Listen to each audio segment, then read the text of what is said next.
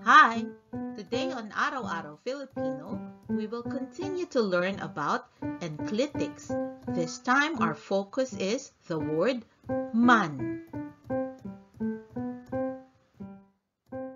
Enclitic particles or mga katagang enclitiko are short words that add nuance and context to Filipino sentences.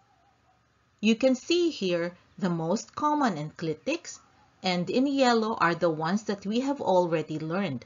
I will put the link in the description below to those previous lessons. Our focus in this lesson is the word man. This enclitic is one of those words in Filipino that you just have to hear frequently in order to understand its meaning and how to use it. We use man to express the words ever, although, even if, even, and to.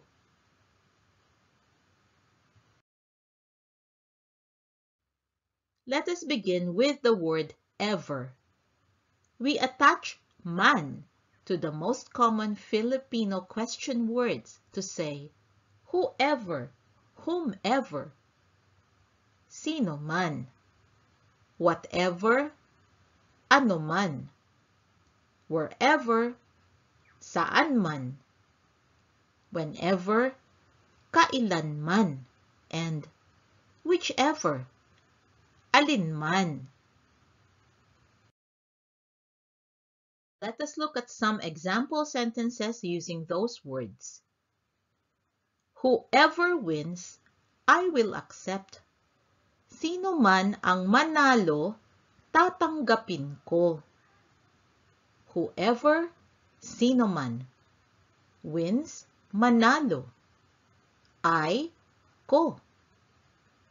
Will accept, tatanggapin. I will carry on whatever happens.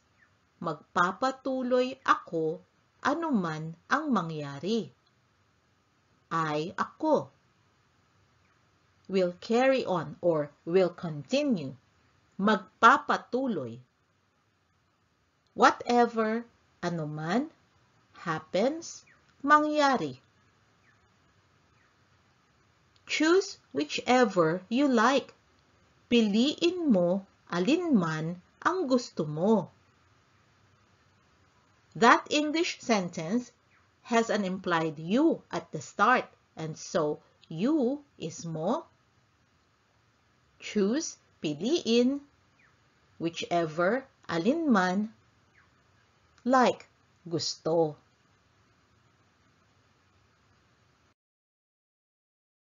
Let us look at how to use man to say although. Although it is expensive, he bought the car. Mahal man ito, binili niya ang kotse. Although man. Ito. Expensive, mahal. Notice that in the English sentence, although came before the adjective expensive. But in the Filipino sentence, man came after the adjective mahal. And this is how we use man to say although. It follows the adjective. He, niya. Bought, binili. The, ang. Car, kotse. She finished the job although it was hard.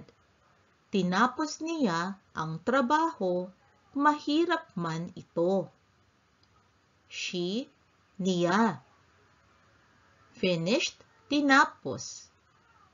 Job, trabaho. Again, we used although, and it is man. Hard, mahirap, meaning it is difficult. So, again, man followed the adjective mahirap.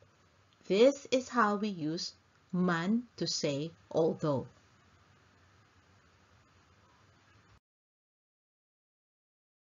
We also use man to say even if, and here are some examples. Even if it rains, let us meet. Umulan man, magkita tayo. Even if man. So what is the condition? It rains. Rains, umulan. So man followed the condition that might be met. And let us meet, magkita tayo. Here is another example. Even if you make mistakes, that's okay. Magkamali ka man, okay lang iyon. So, even if is man, you, ka, make mistakes, magkamali. So, what's the condition that might be met? You make mistakes. Magkamali ka. And then, it's followed by man.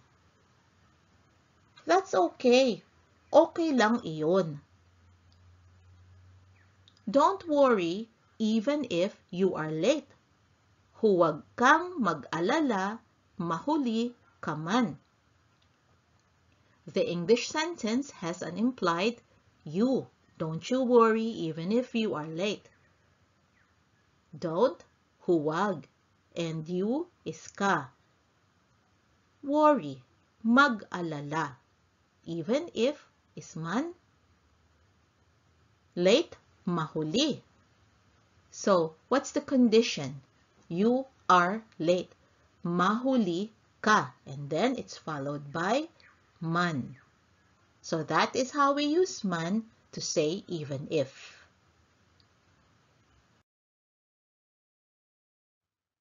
We also use man to say even or to. Here are examples. Me too. Even me. Ako man. Me, ako. To or even is man. Here's another one. Grandma too. Si Lola man. Grandma, Lola. And in this sentence, Lola is used as a proper noun. You call your grandma Lola, right? You don't call her by her name, you call her Grandma, Lola. And so we put si before the proper noun. And again, to is man. Even John was surprised. Si John man nagulat. Was surprised, nagulat. So, you see here in these three examples, man followed the pronoun or the proper noun. In the third one, si John was followed by man. Even Jane struggled too. Si Jane man nahirapan din. Struggled, nahirapan. And to, another word for it is din.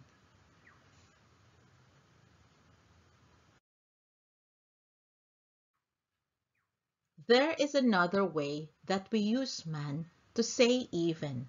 Here are some examples. He didn't even say sorry. Hindi man lang siya nagsorry. He, siya. Didn't, hindi. And to say even, man lang. Say sorry, nagsorry. Here's another example. There wasn't even a warning.